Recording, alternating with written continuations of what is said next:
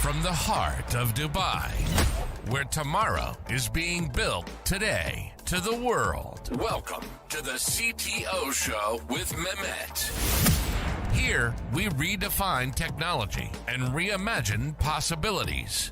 With Mehmet, delve into the riveting realms of AI, cybersecurity, and digital technology. Experience the thrilling highs and lows of startups. Immerse yourself in the spirit of entrepreneurship and witness the future of business innovation being written in real time. Now, without further ado, let's tune in and explore the future. Welcome back to a new episode of the CTO Show with Mehmet. Today, I'm very pleased to have with me, a professor who is specialized in entrepreneurship and startups. I have with me today Mike Moyer. Mike, thank you very much for being on the show today. Can you just tell us a bit more about yourself and what you are up to? Sure. I live in the Chicago area, just north of Chicago, and I'm an adjunct professor of entrepreneurship at Northwestern University, which is in Evanston, Illinois. There I teach principles of entrepreneurship, marketing for entrepreneurs. I taught a new branding class this quarter. And aside from that, I operate a couple of companies. One's a technology company where I do software as a service, and the other is a camping gear company. And I do sporting goods, things like that. And I basically spent my career kind of going from real job to startup job to real job to startup job. Eventually, about 10 years ago, I disconnected myself from that cycle and just do random startup jobs. Great. Welcome again to the show, Mike. I want to start with, the book you wrote, Slicing Pie, right? And I know it's considered a valuable resource for every startup founder, who's getting some co-founders with him and splitting equity in their startups. Can you discuss some of the most common mistakes new entrepreneurs make when dealing with this issue specifically, and how you came up with the slicing pie model? Sure. One of the things that I noticed early on in my career is that there was sort of a false sense of value created when a startup was made. So you create a startup, and then all of a sudden you think it's worth millions of dollars. And so if I give you 10% of it, then I just gave you $100,000 for doing nothing. So I feel very generous to doing that. So when I dole out chunks of equity at the outset of a venture, before any work is done, I'm doing what's called a fixed split. When I give you 50%, for instance, I'm assuming that you're going to do half the work going forward, or half the value is going to be created by you, or whatever else. I'm assuming future events, and we can't predict the future. Startups are the most volatile ways of doing business ever. There's just no way to predict what's going on. So in my life, I'd been down that path more than once, where I've given away too much equity and regretted it. And I've had too much, and I've been on the receiving end of having too much equity. I was in a deal once where I had a 5-year vest in my equity package for others managers at my level. And we sold in 9 months. So I vested immediately. People who had been there for 5 years got the same equity that I did. That wasn't really fair, but I benefited from it. So the other thing that people make mistakes on is they just think because they agree to something, that it makes it right. So they agree to it, makes it fair. So if you agree on what we think is fair, just because we agree to it doesn't make it fair.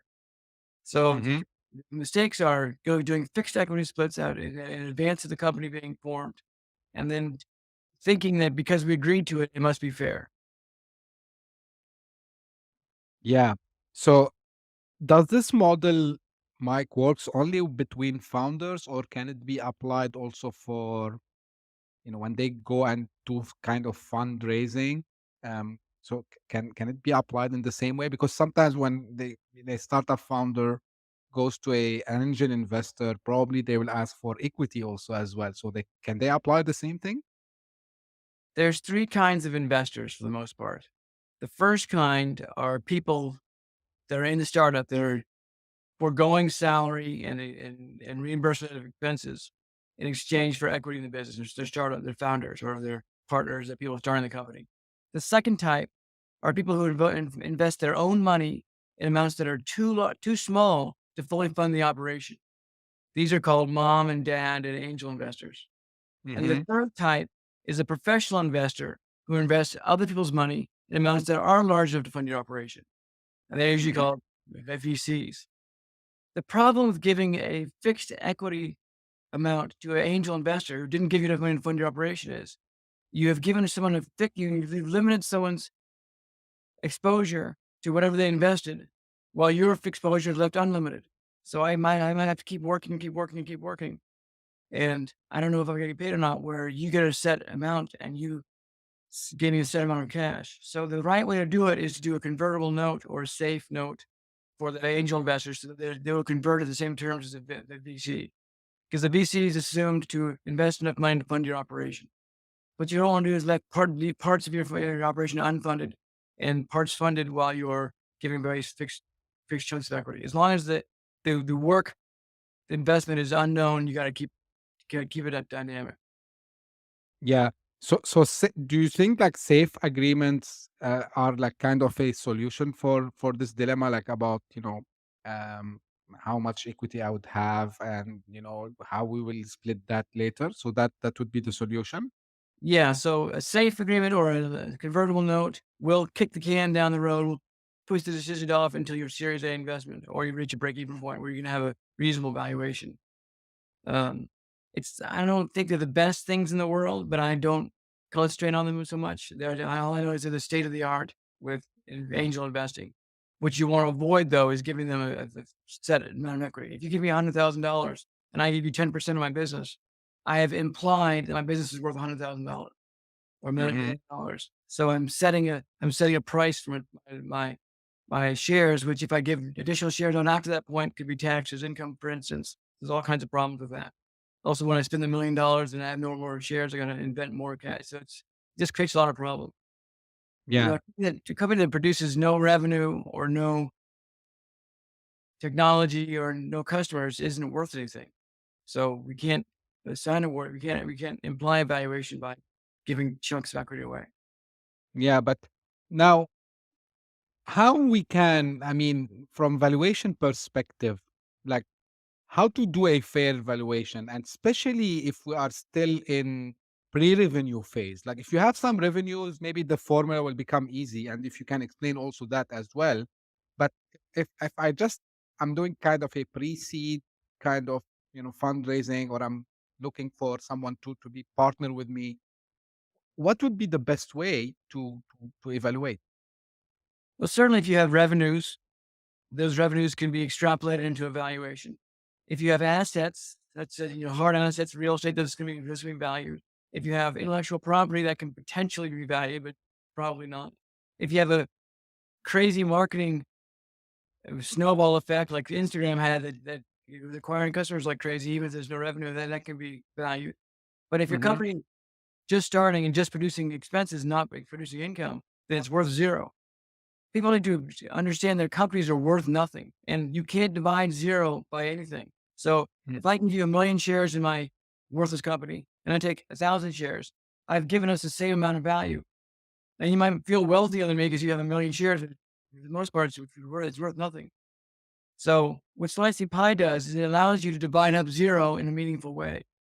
Once your Hmm. company has a valuation through after VC or break even, then you can divide up the company based on the dollar amount. So if the VC buys in $1 per share, it's $1 per share, and that's a reasonable amount that you're willing to be taxed on it because there's a negotiable price. But in the startup phase, concept idea stage through break even or through Series A, most companies are worth zero and should be comfortable with that.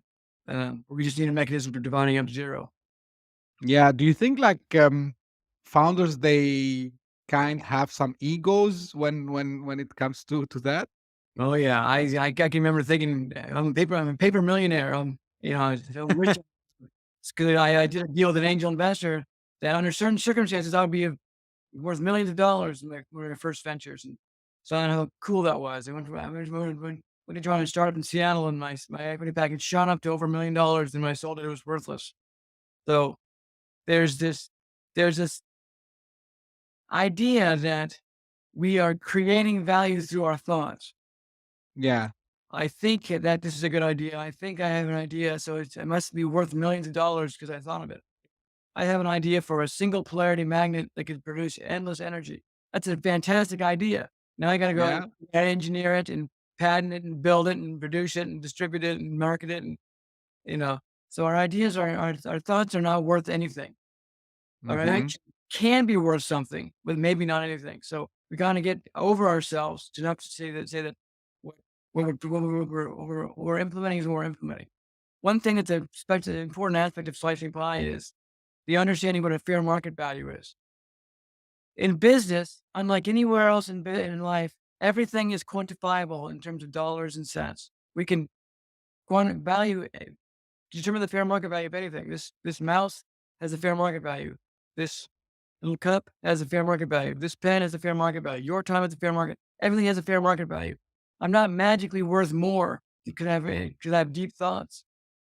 I'm not Yeah. magically worth more because I invited you to my team. It's only worth what it's worth.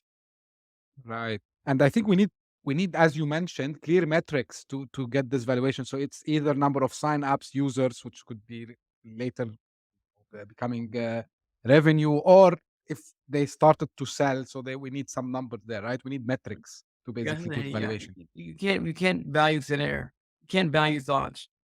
Yeah. Yeah. Um, like you've been part of wide range of industries, like yourself, like from outdoor clothing to luxury wine. How does this broad experience influence your approach when investing yourself in early stage ventures? Well, you're right. I've been in too many jobs. I've been in RV chassis to buying wine to senior living communities to camping gear to vacuum cleaners. What I notice about these industries is every industry thinks they're unique. They all Hmm. think have unique problems and they each need unique solutions. They're all exactly the same. What's most surprising to me when someone says that is they've been in the industry for 20 years. How do they know they're unique? They don't know they're unique. I can tell that you're not unique because I've been in all kinds of different industries. People just want to figure out how to market their products. They Yeah. buy inputs, they put them towards a product idea, and they try to sell it. They're all business is the same, pretty much always. Um, so what I look for are people who are focused on generating revenue and focused on production of their product and less on thinking and less on big, huge concepts. Because if you can produce your product and get out the door, that's the biggest problem. I think a lot of startups spend a lot of time trying to build out their ideas before they start selling them. They spend a year building their prototype and investing in their software and building software and without engaging customers or generating revenue. I think you should get to revenue as fast as you possibly can. Yeah. One thing that people often overlook is marketing. People say, "Oh, the marketing guys don't have any job until the software is done." Well, that's not true. It should be the opposite. The software guys don't have any job to do until the marketing guys are done. Once there's demand for the software or the product, then go build it. Don't build it first before you do it. So it's important that people can see that the marketing is the most important thing. I always tell people, go out and do a blog and social media to see if you can generate interest in your product idea. If you can't, then don't build it. Yeah. Yeah. And also yourself, you started many companies in such diverse sectors, such as product development, marketing technology, and online portals. Like, what inspired you to do all these startups, Mike? So my inspiration comes from whatever shiny and new that day. And my the last company I started was I took my kids skiing and we couldn't carrying our skis all the places is a big headache. So I invented a product called a schlep ski, which helped you carry your skis. And before that, my son was in Boy Scouts, and so he went to camp and I needed a mosquito net, so we invented a mosquito net tent for Boy Scout camps. It sells fairly well. And so it's when I run into problems in my life, I solve them and say, hey, maybe other people want this too. And I try to develop it into a product. Some things work, some things don't. The mosquito net tent's taken off and sells, excuse me, thousands of units. The Shubsky product didn't sell a single one last year. Yeah. You touch base on marketing little bit, and as someone who has had like senior marketing positions in various companies, what's the most important piece of advice you can offer to startups regarding their marketing strategy? You've got to build a brand and a system that generates word of mouth. It's got to grow beyond itself. If you can't grow beyond your arms reach, your own marketing, people have got to talk about it. If they can't talk about it, they won't talk about it. You'll never get anywhere. Marketing depends on word of mouth beyond what your efforts are. Otherwise, you're going to buy every customer, and it's just not sustainable. You got to make sure people are talking about it. That's the most important thing. So, your reviews, your interactivity, the technology, you got to build some kind of communication reason for people to talk about it. So at the mosquito net tent, for instance, put some little cartoons on there and made it cool and funny, and it looks cool when it's installed. And so if one kid at camp has them, they all have to get them because they're all talking about them. So now, 5 years ago, nobody had them. Now everyone at the camp has them. And if you don't have them, you're left out. So this is in the club or not. So that's one of the things that I teach. One of the things I always emphasize. You've got to get people talking about your product. If you're not going to talk about it, then it's worthless. Got to Yeah. be marketing. And does that apply? I mean, the same thing between a B2B and B2C? Is there any specific, you know, because, like in B2B, usually this referral thing is not something common. What's your take on that? Well, I don't think about it as referrals so much. I just think about it as something worth talking about. Mm-hmm. So I don't really worry too much about B2B or B2C. They're just people doing stuff, people buying stuff. And if you make a product worth talking about, then it's going to work. It's a lot of times it's about adding some personality to the product. Mm-hmm.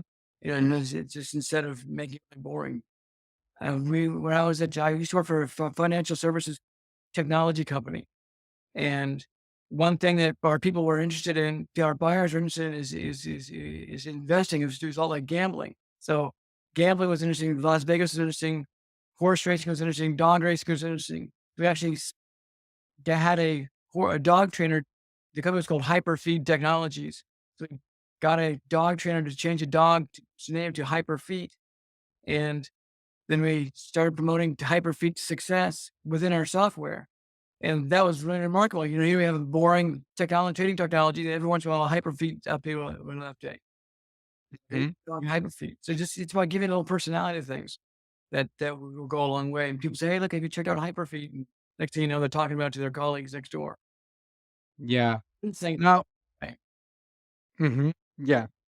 So again, like continuing on the marketing thing, and based on your experience in both marketing and entrepreneurship, how do you approach the sales pitch? What insights led to the creation of Pitch Ninja? Pitch Ninja. Pitch Ninja was a process I developed when I was a graduate student at University of Chicago, and I wanted to get into a business plan competition class called the New Venture Challenge. Mm-hmm. And the way it works is you write a proposal for your idea, and you give it to a panel of judges, and based on the merits of that proposal, they let you into the class or not. Then you go on to compete for thousands of dollars. And I'm kind of an introverted, quiet guy. My proposal got cut from the first round because it sucked. So I begged to get into the class, and begging and entrepreneurship go hand in hand. So they let me into the class. I was probably the first and last student they ever let into the class that didn't deserve to. But I knew that I had to find a way to come out of my shell, to force myself to interact with the audience and become more lively. So I practiced really hard, and I won first place. And the following year, a guy who watched what I did what I did, and he won first place. The next year, I coached a team, and they won first place. The next 10 years, every team I ever coached won first place in the New Venture Challenge. It was such an unfair advantage that I told them not to tell people that are working with me because I didn't want people to be buying. And then I was a teaching assistant in London, and the professor said, don't teach individual students what you did. I want you to teach the entire class what you did. So I sat down and I scratched my head and I said, what did I do? How did I coach these students? And I wrote down a framework called the Super Awesome Presentation Zone Program, which divides the room into 3 different zones: an intimacy zone, an excitement zone, and an information zone. And within each zone, there's a certain kind of eye contact, body language, arm movements, tone of voice, all kinds of nonverbal stuff. And so the Pitch Ninja teaches people how to present the nonverbal aspects of a business plan or a sales pitch. And the basic premise is action is more fun to watch than non-action. I can stand still and do my pitch. It's boring to watch. But if I'm moving my arms and if I'm moving around the room in a logical way, then it's more fun to watch, more engaging. Like I can pace back and forth. That's not really fun. But if I move in a logical way, it really brings things to life. So I do a lot of pitch coach. I always come back from Dallas last week doing 4 sessions of that. It's one of the things besides slicing pie that I really enjoy doing because it gets me out of the office. Great, that's nice. Thanks for asking. Mike, you have written extensively about entrepreneurship and have been directly involved in variety of startups. Like, how do you see your writing feeding into your entrepreneurial activities and vice versa from an author perspective? So I basically write about things that work in my businesses. If I find something that worked, I write about it. So I used to be do some trade shows. I used to do a lot of trade show marketing. I was in a manufacturing company. Even today, I do trade shows. And I developed a trade show formula that really worked. I was at this hyperfeed technologies I told you about, and we cut our budget by 80%. And we had to buy a new booth, and I had to somehow conjure up leads out of this small budget when we never actually captured any leads. But we figured out a system that captured hundreds of leads. And I applied to my next company and it really worked. And my next company really worked. So our trade show Samurai is about a trade show floor engagement process that really worked. So I basically just wrote down what worked. Pitched into something that worked. So I just wrote down the book about what worked. And Slicing Pie was about what worked. And so I just wrote what worked. So I haven't developed a lot of things that work. But the things that I have, like write down in books. Great, great. Actually, this is what my second question. Can you tell us about one of your ventures that didn't succeed as expected, and what lessons did you learn from it, and how it influenced your, subsequent endeavors?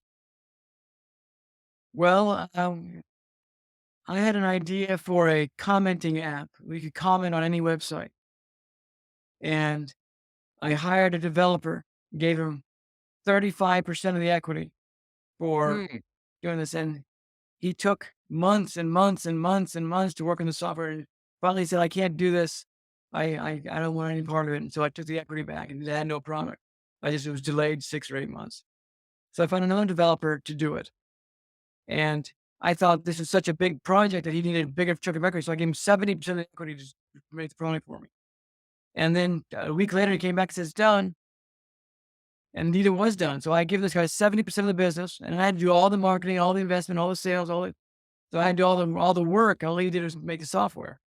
So I was no longer motivated to work. And I hadn't done any of that marketing, and I hadn't done any of that business development stuff. So, which I should have started months ago. So the company just sort of stalled right there. And then not long after, Google came up with the product that was exactly the same. So you had no traction anyway. That's when I realized I should have been marketing all along. Before I invested any money or time, I wanted to make sure there's actually a market for what I want to sell. Google's product launched and didn't do very well and went out of business. They can do that because they have such a huge audience, but I needed to make a market first. I shouldn't have done a fixed equity split. That was a mistake.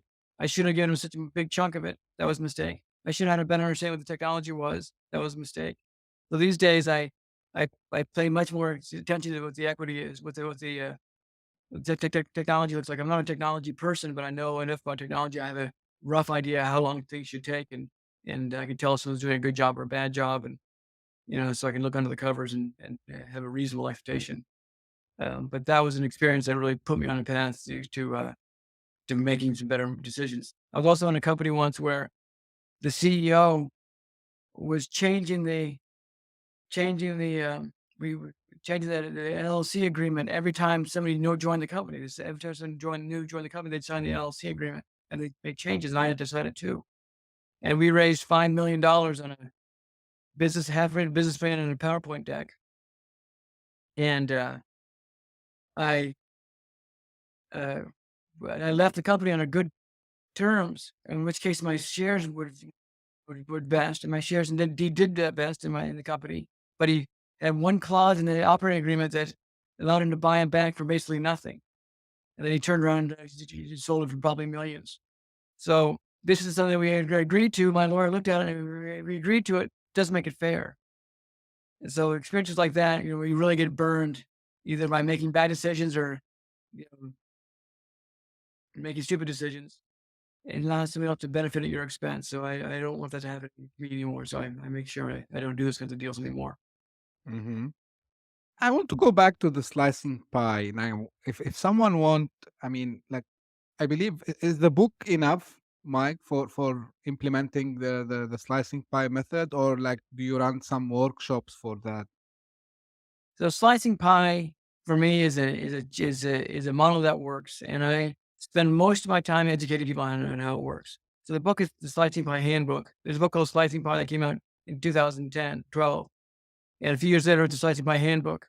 You can read that book and get everything you need to know. Once it clicks in your brain, it makes a lot of sense. Sometimes I have a hard time, but there's online courses and tons of videos online. And I have free guides, and if you can't afford the book, give me a call. So I always, it's the model is free to use, which would cost money. That is the legal implementation and stuff like that. But anyone can learn it and use it freely. That's They want to learn exactly how things work. Like for instance, we're talking about uh, certain types of payments and different types of how you pay people. There's all things you got to kind of think about and learn through. So I help people walk through the process. But the book is a good place to start, and you could do the whole thing with just the book. Hmm. And I think there's an app also for that, Mike. Am I right? Yes, yeah. Several years after I wrote the book, people were using it a lot and said you should make an app to track all these contributions. In Slicing Hmm. Pie, you have to track your contributions. You track your time and your expenses, just like in every company. You track your time and expenses. Every company that works. But startups typically don't track these things because they're not spending money, so they don't keep track of them. They just buy stuff and. You but Slicing Pie software helps you track the things that you don't spend money on and keeps in real time how much equity each person will have at any given moment. And that track even like some expenses that usually people they don't count, I believe, right? Yeah, people don't. The number one thing people don't count is their salaries. So they'll start for a startup, and then it won't count their salaries. Well, you want to get paid, right? People don't work free forever. So eventually you want to get paid. And when you do get paid, you want to know what that number is. And just because you're not getting paid doesn't mean don't deserve it. So that non-payment of salary would translate into equity later on. And so you got to keep track of what that is. One thing that I find is very common is you might think you're worth $100,000, and I might think you're worth $25,000. That's a big problem when we get to the time to pay part of the company. So we got to reconcile that right away. People that have a very uh, ex- wrong view of how much they're worth. I was talking to a guy last night who's the top salary he'd ever received was $125,000, but he thought he was worth $300,000. There's no Mm. the fair market value for you is probably closer to 125, not 300,000. Just because you think you're worth that doesn't mean you are that. He's like, well, but I'm pulling a team together. It's my idea. It's like, that's great. But clearly nobody in the world wants to pay you more than $125,000. Yep. Yeah. So that's your fair market value. It's not a bad thing. You can still do well with that. It just, not worth that much. Another person thought she was worth $500,000 a year. She was in her business for 3 years. I said, do you realize you spent $1.5 million in unpaid salary trying to figure out how to make $1.5 million in salary? If you're really Yeah. worth $500,000 a year, you should have gone a lot faster than that. Yeah. Um Now the question that maybe it's a traditional question, but I like to hear different opinions on it. When is it good idea to bootstrap the business versus going and raising funds? From your perspective, with all your experience you have. You bootstrap as long as you can, no matter what the business is. You bootstrap as long as you can, and you build as much value during that bootstrap time as you possibly can. And Slicing Pie gives you a mechanism for doing that over long term. The only reason you would raise outside funds and use equity is if you had a sphere number, if you thought it wasn't going to work.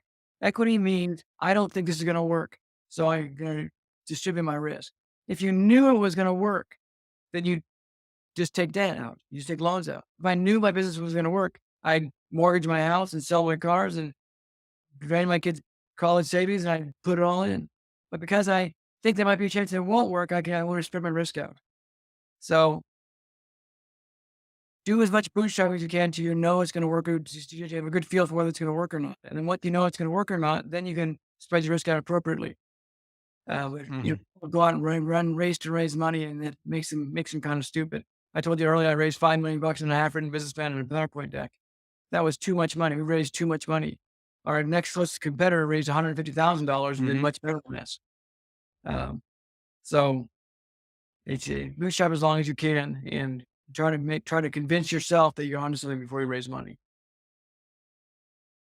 Yeah, that's great insight.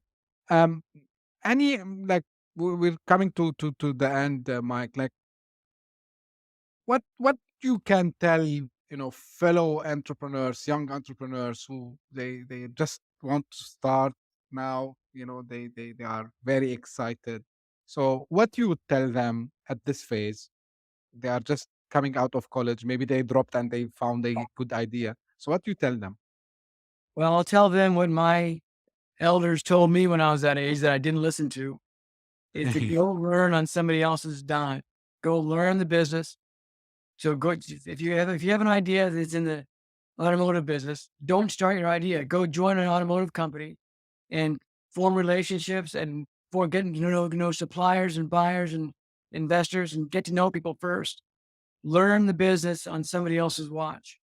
And then when you know everybody, you know the suppliers, you know the bankers, you know the customers, then go start your company.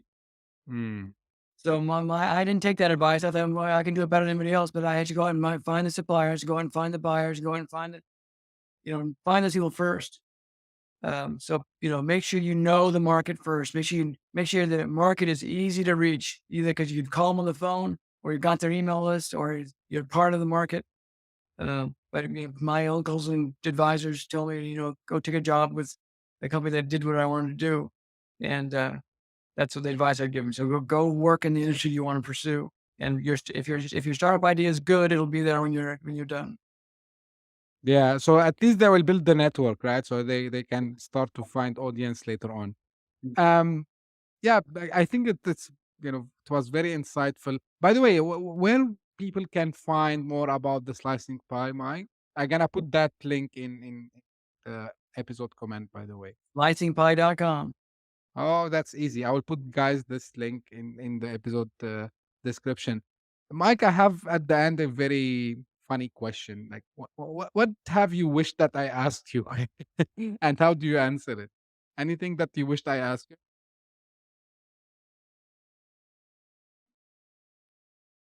I wish you'd asked me how Slicing Pie has changed the world. Yes, please. So, in the 10 years since I published the first Slicing Pie white paper, I started getting some interest on it. And then I wrote up the first book about slicing pie. And I've written other books before. And I told my wife, I said, this seems like it's going to be a thing. It's not just an idea. It's not just a tactic. It's a thing that could make a difference in people's lives. And since then, I've had probably 30 or 40,000 startups use slicing pie. It's been used all over the world. It's been Wa- translated in all different languages.